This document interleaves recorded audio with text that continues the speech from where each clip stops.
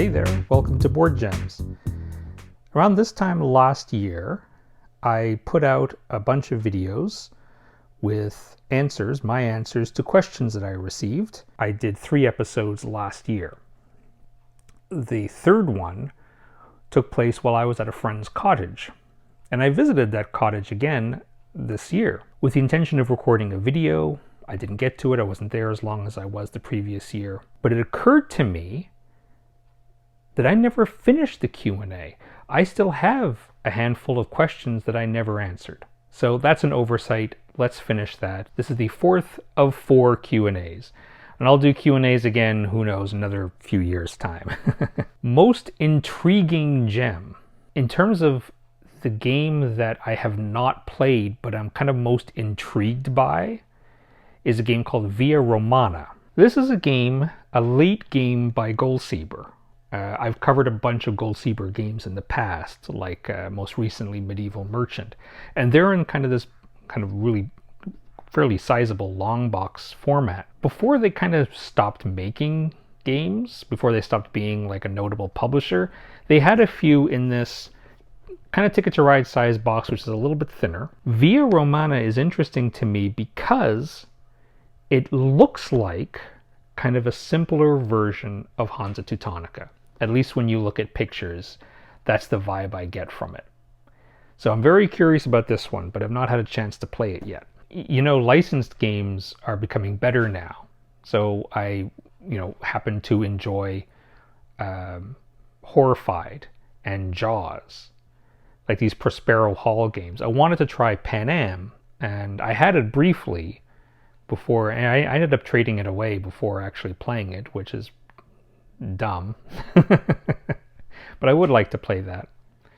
But I'm curious to try more licensed games. For example, I have Halloween by Emerson Matsuuchi, and I actually have both Halloween and Halloween 2. I put them in the same box. Those 2 films together are pretty good. I know, Halloween 1 gets a lot of attention, but Halloween 2 is a great pairing with that. And to me, I just don't care about Halloween after those first 2 films. So I put them together, the same mechanisms. It's a hidden movement, one versus all game, and I'm excited to try it. I have not tried it yet. Most wanted but hard to find gem. Unfortunately, and I apologize sincerely, I accidentally deleted the geek list in which people put in all their requests. I had a habit of deleting entries in the geek list when I covered them. So somebody requested Quo Vadis, and I covered Quo Vadis along with Zoo Vadis, and then after a certain period of time, I would then delete the entry. And instead of deleting an entry, I accidentally deleted the whole thing. It did warn me, but I guess I didn't read the warning properly, so no way to recover that, unfortunately. But I remember one of the ones that was requested and I found particularly hard to find, and I'm not sure how to pronounce it. Koga? I think it's an Andreas Stedding game. Don't quote me on that. And that one is very hard to find now. I haven't really tried super hard, though, to find it. Most of these, if I come across them, great, but I don't usually go like super out of my way to seek them out. There are actually games that are, in theory, not that hard to find that I want, and I just haven't really gotten around to them, but because they're not like in demand, I don't think they'd be super hard to find. One of them is Cloud 9. I had Celestia in the restaurant. I since removed it. I think I still have a beat up copy that I'll probably use for a comparison at some point, assuming I can find Cloud 9. Shouldn't be that hard to find. I think there's tons of copies out there in English. Just at least in my area, there doesn't seem to be many. And another one, and this is again me being a little bit weird, Vabank. Now there was a recent re-release of Vabank. I'm not sure who the original publisher was for the new version of Vabank, but I'm talking about the old one, because Winning Moves, they had their small square box series that had stuff like Clans and Cartagena, and Vabank was in that series. So I kind of want to have that one because I like games in a series. I like games that are kind of similar sizes and shapes, and they all look nice on the shelf. They're obviously a series. And I have the new one, and the new one is probably much, much better in terms of Component quality, but component quality has never really been a problem for me. I did recently get Metropolis, the Sid Sackson game, which I'm very curious to try. It looks like kind of a predecessor of Chinatown or Big City. So really looking forward to trying that. Which designers deserve more recognition? Okay, first I'm going to go to the opposite direction. Oh my god, I'm going to get hate mail for this. I'm a little bit tired of hearing about Reiner Knizia, okay? He's an amazing designer. He's going to come up again later. And some of my favorite games are Knizia's, but he just sucks all the air out of the room because that's who everybody talks about. And there are lots of other designers who work in that same space who make similar designs, but they don't have fan clubs like Knizia does. I'm talking about people like Michael Schacht, like Stefan Dora, like Leo Colovini. These are, like, if there was an OG sort of, Mount Rushmore, they'd probably be on it, along with Knizia. But Knizia gets all the attention. I'm happy that in the guild, in particular Dora gets a lot of appreciation, which I'm happy about. I'm happy that so many people were able to appreciate Marrakesh, for example. Even though it's very hard to find a copy, someone made a VTT module, virtual tabletop, and played it that way. Amazing game. These other designers just don't have the output that Knizia does. And they're not as active nowadays as they were before, and Knizia is more active than ever. I will put out Dirk Henn. Dirk Henn is not a famous game designer. I like to say that he is my favorite game designer. I mean, my favorite two-player game, my wife's favorite two-player game is probably The Rose King. And he has a big sort of game ludography, I guess is what you'd call it, right? Like he's made a lot of games, and he still makes games nowadays. And even though I say OGs are my favorite style of game, Alhambra is probably his most famous game, Dirk Henn's, and that's a take and make. But if you look past Alhambra, and he did a recent one, I think called Power Grid, Power Lines maybe, Power something, which is also very much take and make.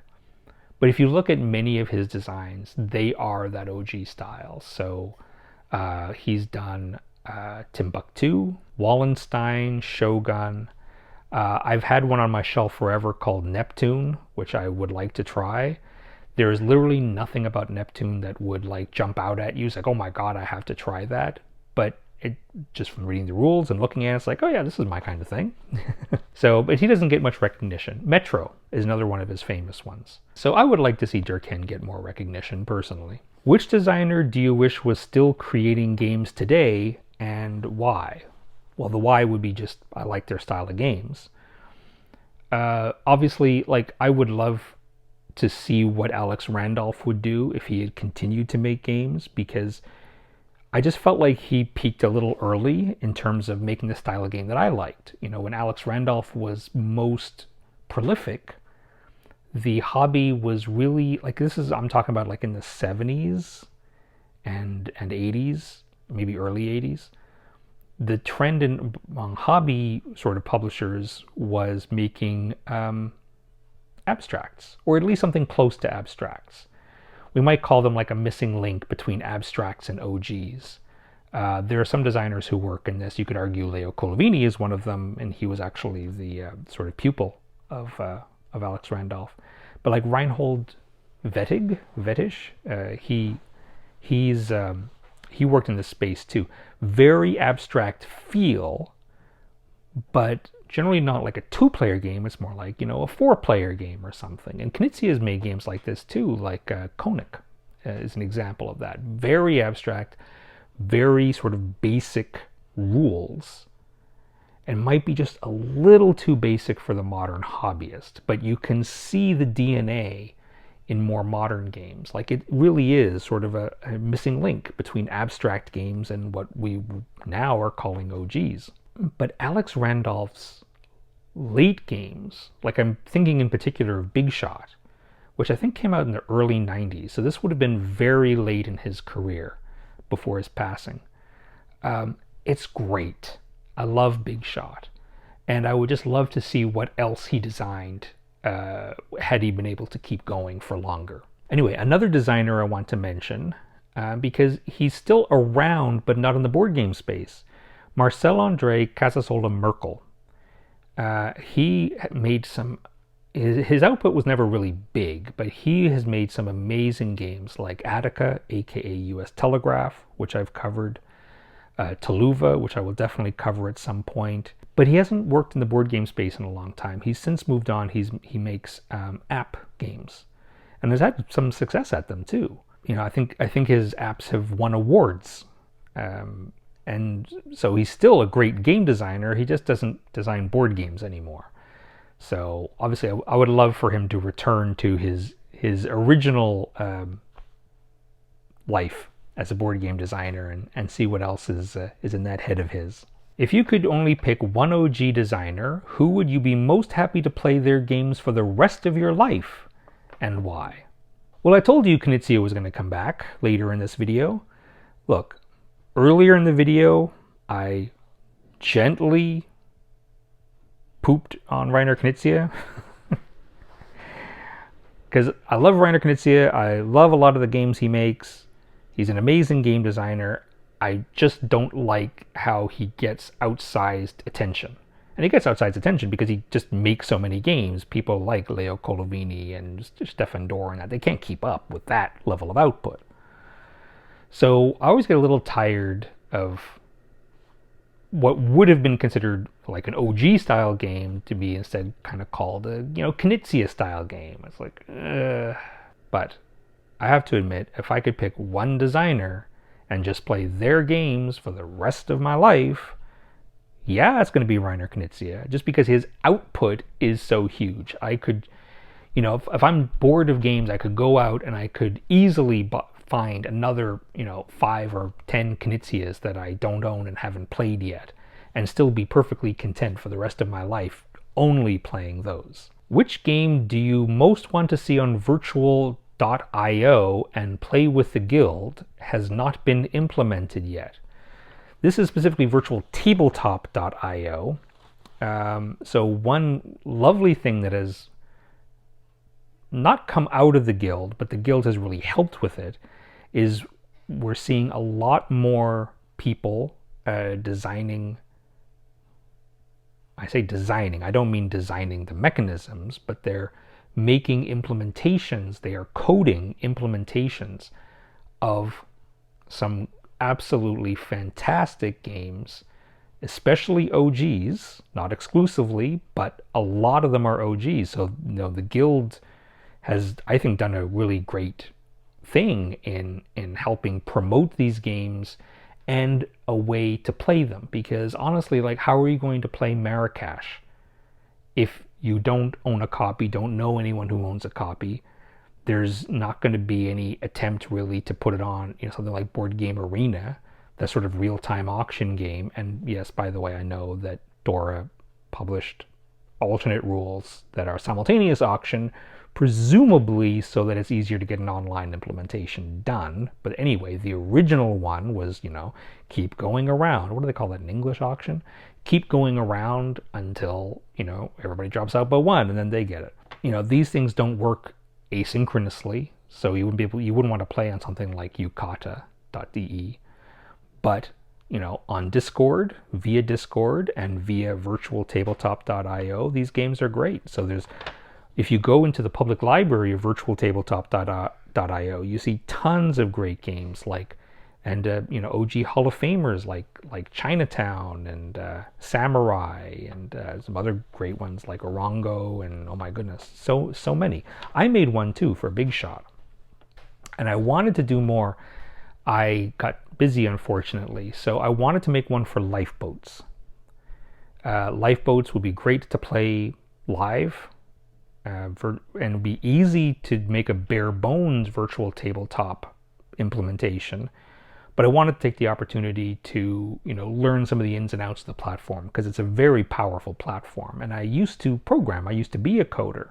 I know I can do some of these advanced features, so I thought, okay, I'm going to start this Lifeboats mod, and I'm going to take the time to experiment and learn about all the cool features of virtual tabletop. And by doing that, I made the project bigger than I should have, and I ended up getting busy and not able to finish it. So, but I would love to see a version of Lifeboats on there, if not by me, then someone else.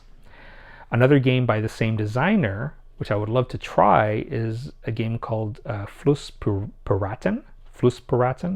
Anyway, he made a game by the same designer as Lifeboats that I would love to try, and I think the only way I would get to try it is as a virtual tabletop.io implementation. And another one, believe it or not, is Cosmic Encounter. Because, I mean, you're not going to want to play Cosmic Encounter asynchronously, right? You want to play live. I think it would work great. It's just basically just a card game. The only tricky thing is making sure that everybody knows everybody's, special powers and that. I think it would be fine as a virtual tabletop implementation, and I hope somebody does it. What's your favorite heavy game, small box game that out of the box you didn't think you'd like as much as you did? Okay, that's 3 questions. I should break these up. Definition of heavy has changed, okay? So, I really like Wallenstein. Used to be Wallenstein was considered a heavy game. Used to be El Grande was considered a heavy game. People don't consider these heavy anymore. Not when we have, Vital Lacerda, when he's making games like, Lisbon and Vinhos and all these ones on Mars. Something like Wallenstein's not going to be considered heavy anymore, right? But I do like Wallenstein.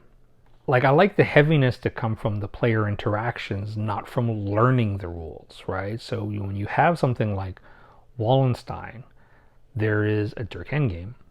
It's heavy in the sense that you have to do a lot of planning. But you're doing your planning at the same time as everybody else, so no time is wasted. The rules are not that complicated. It's just the strategizing, right?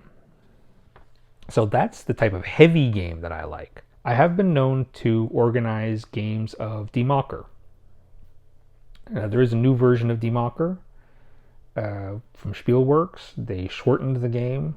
I kind of wish they didn't, because of the time frame. There's already lots of games that are 2 to 3 hours. Die Macher used to be a 5-hour game. And that was part of the, maybe not the appeal, but it was something that made the game special. I haven't gone through a rules comparison and stuff yet of the old and the new versions of Die Macher. But I am nervous because nowadays, before this new one came out, because I haven't followed since, but it used to be that Die Macher is a 90s game, 80s game. I think originally came out in mid 80s, but I know it from a version in the 90s, and the Valley Games one, which was mid 2000s. But anyway, same game. And people would complain oh, it's this really long game, but there's a lot of randomness, and that's unforgivable. You can't have a long strategy game that has full of randomness, right? It's yeah, you can. It's a skill that hobbyists don't seem to have anymore, or don't want to exercise anymore, is the risk assessment, risk aversion, risk avoidance, risk management. I'm going to roll these dice and something's going to happen. I'm going to play those odds. And I play those odds and it doesn't work. That doesn't mean you made a bad decision. And it doesn't mean the dice are at fault. But so I'm guessing the Spielworks version took out a lot of that. And I'm a little nervous, but I would like to try it. Okay, so that's heavy game. Small game, physically small. There's lots of small games I love, so maybe I'd interpret that instead as a game that feels big but is in a small package, right? So one of my favorites would be To Court the King, which I have covered. It doesn't get a lot of love now. There's a sequel called Favor of the Pharaoh, which I do not like as much, and it's in a big Ticket to Ride size box. To Court the King is in a box probably about this big. And I've covered it, so I won't get into it too much now, but I love it. A more recent one is Joraku. Forgive my pronunciation. So this is a tasty minstrel game. I don't know if they're the original publisher. Maybe, yeah, I don't remember who the original publisher is. I have a version which is in a very small box. And it's a board game. It's a tiny little board, but it's fine because it only goes up to 4 players anyway. Sometimes I complain about small boards, but that's only if the game is designed for a lot of people. And there is a bigger version of Jiraku you can get. I've seen it for sale. I have this tiny little version, and I think it's a wonderful design. So it combines area majority with a trick-taking mechanism. And trick-taking is super popular now, but a few games have tried this. Another one is Brian Boru, a Pure Sylvester game put out by Osprey. And I love the look of Brian Boru. It feels and looks like it should be my kind of game. I personally felt that there was a lot of overlap in style between Brian Boru and Joraku. And I feel like, from what I got out of it, I prefer Joraku more. It's a tiny little game, doesn't take up hardly any space, the version I have. And it's a bit simpler and pretty straightforward. You can kind of see what you want to do and how to do it. So I ended up putting Brian Boru in the restaurant and keeping Joraku. A game that out of the box you didn't think you'd like as much as you did. There's a lot of games where you read the rules and go, is that really it? That's the whole game? What you described, that's it, right? My favorite of that was Slapshot. I'm describing this game to my friends who are playing this game. They don't know anything about it. And I'm teaching this game, and they're almost laughing. They're gamers. And they were like laughing while I was teaching it, because it's like, okay. So we were playing at a big table, and our other friends were playing a different game on the other end of the table, right? So we finished up our game, and they asked us on the other end of the table, how was the game? And we were like, oh, well, it was pretty stupid, and it's not very good. And they were like, really? Because you guys were laughing like the whole time you were playing. So I suspect you were having a good time. So Slapshot's a great example of that. Something like Strike, you're just chucking dice and trying to hit other dice. It's the stupidest thing, but it's so much fun. Or something like What the Heck? It goes by a few different names. It's an Alex Randolph game, one of those just super simple games, but it's, simultaneous card play. There are games that I've played and liked, and then I go on BGG and I see that it seems like everybody else doesn't like it. I'm like, do they play the same game I did? So one was Atlantis. Now, it's a Colovini game. I've only played it the one time. I thought it was fine to good. Like, nothing really wrong with it. Like, it's very typical Colovini. And nice production from Amigo. It's family weight, nothing wrong with that. And I quite enjoyed it. And I went on BGG and thought the ratings were pretty crap. There's a card game, not very famous at all, called Take That. We played it. It's a 6-nymph type game, right? We played it. We liked it, right? And it's like, oh, this is a great 6-nymph-like game. And then I go online and the ratings are terrible. I suspect because the name is Take That. Oh, Take That is bad. A game called Take That must be bad. But it's fine. You don't have to seek out Take That, okay? There's lots of games that do that sort of thing, including 6-nymph. There's lots of, card games that are just goofy fun. You don't have to have that particular one, okay? I mentioned earlier about take and makes, and I don't generally like take and makes. Sometimes a game designer can do it well. And a great example is Azul. I think the important thing to make a take and make game good, for me, is that when you have your player board, that you do it in such a way that it's very easy to see what other people are doing. The important thing, I think, to make a good take and make is to still make the game feel like a joint experience, a shared experience. When you have too much of the game on your individual board, you focus on that to the exclusion of other people's boards. And then you feel that disconnect, because when my turn comes around, I'm just going to take the best thing that is for me, right? This is the thing I need, I'm going to take it. I don't know what my neighbor is going to do, and honestly, I don't care.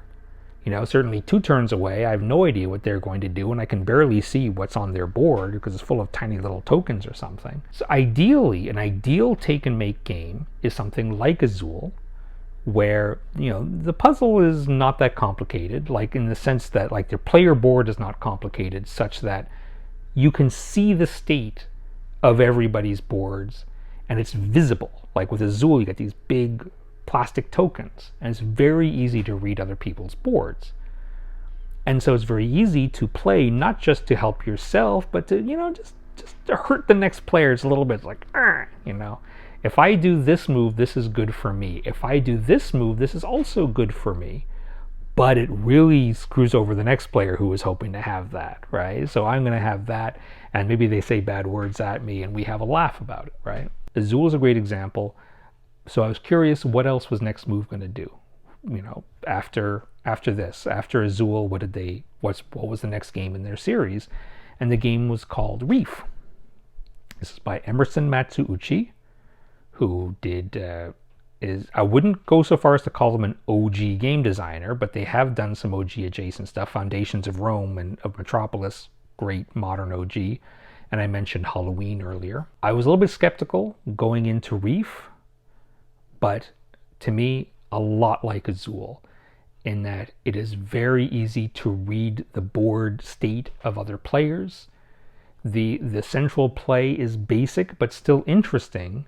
And again, I can make that decision of, you know, I could take this card, which is good for me. I could take this card, which is also good for me. Maybe not quite as much, but I can see that that player really wants that card. So I'm going to take this one. And again, just makes that a joint experience. So my wife and I really, really enjoyed Reef. Probably our favorite, you know, turn-based take and make. I say that to separate from like the true multiplayer solitaire games like Take It Easy, Fits and Bits, which are My City, which are like simultaneous. Azul may still be the best one, but Reef is right up there too. I am actually a fan of that designer, Emerson Matsuuchi. I think he's a really great game designer, maybe a little bit underrated too. So I think that's it. That's it for questions. That's it for answers for now. I'll probably do another Q&A in a few years, I suppose. But yeah, I'm going to keep this channel going. So if you do have questions, feel free to send them in, but just be patient. I probably won't get to them for a long time. So remember, the thing about the older games and how they're still good, and that just because there's newer games, that doesn't mean that they're better than the older games. Because they're newer, sometimes they make changes, they do other things to make them different, and maybe you like the old way more, and I know I do. There must be a more succinct way of putting that. I'll think about it. Take care.